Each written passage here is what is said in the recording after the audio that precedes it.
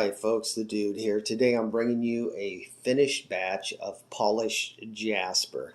I bought most of this material as fancy Jasper from the rock shop. It originated in India.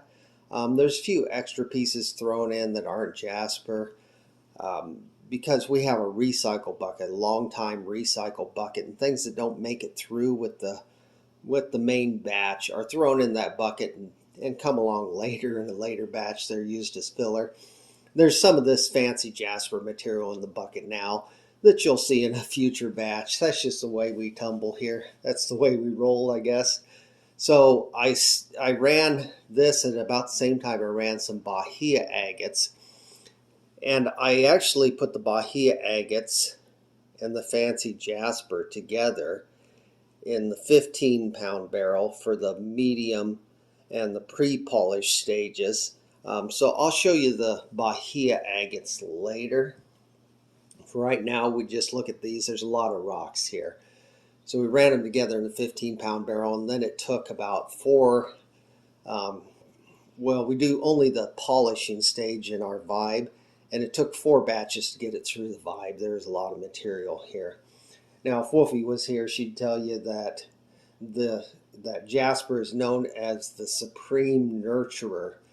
I'm not sure of the metaphysical properties of it. It probably depends a lot on the color of it. Traditionally, you'll see Jasper in red, green, and yellow quite a bit. This is a nice blend of colors. Some of this Jasper, we'll look at some of the pieces here. Some of it didn't come from the rock shed.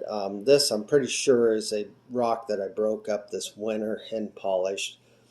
This one I'm pretty sure came from Washington State in a rock trade with Michael W. I believe that this one I collected locally, and if I did, that's a very nice rock to be locally collected. We don't get a whole lot of, there's the focus. We don't get a whole lot of great material here in central Iowa for polishing, but that one's kind of nice. Almost has like a sandstone pattern, but it's certainly not sandstone. It takes that nice shine. Some of this was a piece of agate. It's got kind of a root beer color. I bought this at a rock show, and I broke it trying to cut it. You can see that that's agate. I broke it and I ended up breaking it up all the way to polish it. It does have a little bit of banding there on the end. And without the light shining through it, unfortunately, it just looks kind of like a, a bland root beer color. You got to put the light behind it to see the really good stuff. Some of the pieces that came with the batch, like this, I would probably call a moss agate. This was in with the fancy Jasper, I'm pretty sure. You can see it's got some agate there on the end. And some of them have a little bit of translucency. Jasper should not actually be translucent. It should be opaque. But, there's a little bit of crossover between agate and Jasper. It really depends on how much impurity the rock has in it. Some of it gave me some fits with some softer material, especially in the end of some of the green pieces. You can see it there, that it's light, it pitted, and that gave me fits. The red piece is shaped up a little bit cleaner, a little bit better. This one has some really nice variety. It's got the green, the red, the yellow, the white. It came out to be pretty well perfect stone. Took a beautiful shine. I really like that rock. This is probably the biggest rock in the batch. It's got that nice red stripe across it, lined in white, so that's a beautiful stone. This one has a softer material in it, which I believe might be common opal. We don't have common opal in this area. I only know of it from videos and what's been given to me. But that piece runs all the way through and does not take a very good polish. It's still a neat rock though, has a nice pattern on it. This one has good pattern, although the colors aren't quite as bright as I'd like. But the pattern is pretty cool. Some of them are a little more speckly. Here's a heart-shaped speckly one. Here's some more speckles I see. If I can get a focus on it, there it goes.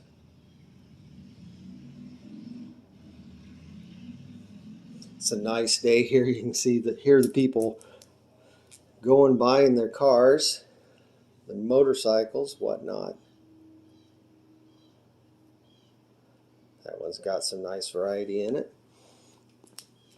Really, I like the bright reds, the swirls of colors. This is a great rock to polish. Takes a beautiful shine.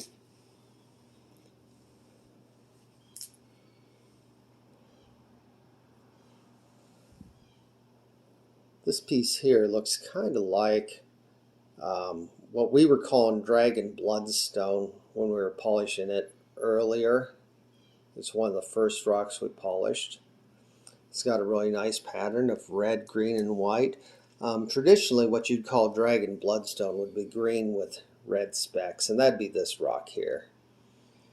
That'd be traditionally what you'd call a Dragon Bloodstone.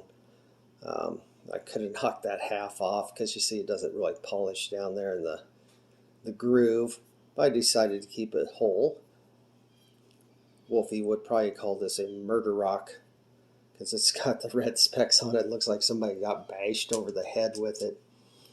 So all in all, some nice pieces. That looks like it'd be a nice piece to wrap. It's got a beautiful shape. Looks like a little medallion, doesn't it? Yeah, so I'd really recommend, if you want a good rock to polish, go ahead and polish some Jasper. Jasper always shines up nice, never disappoints. And stay tuned. In the future, we will be bringing you the Bahia agates that we polished along with this. So I guess that's all I have for you today, folks. Until next time, be happy, be kind, make your home a safe place. Bye, everyone.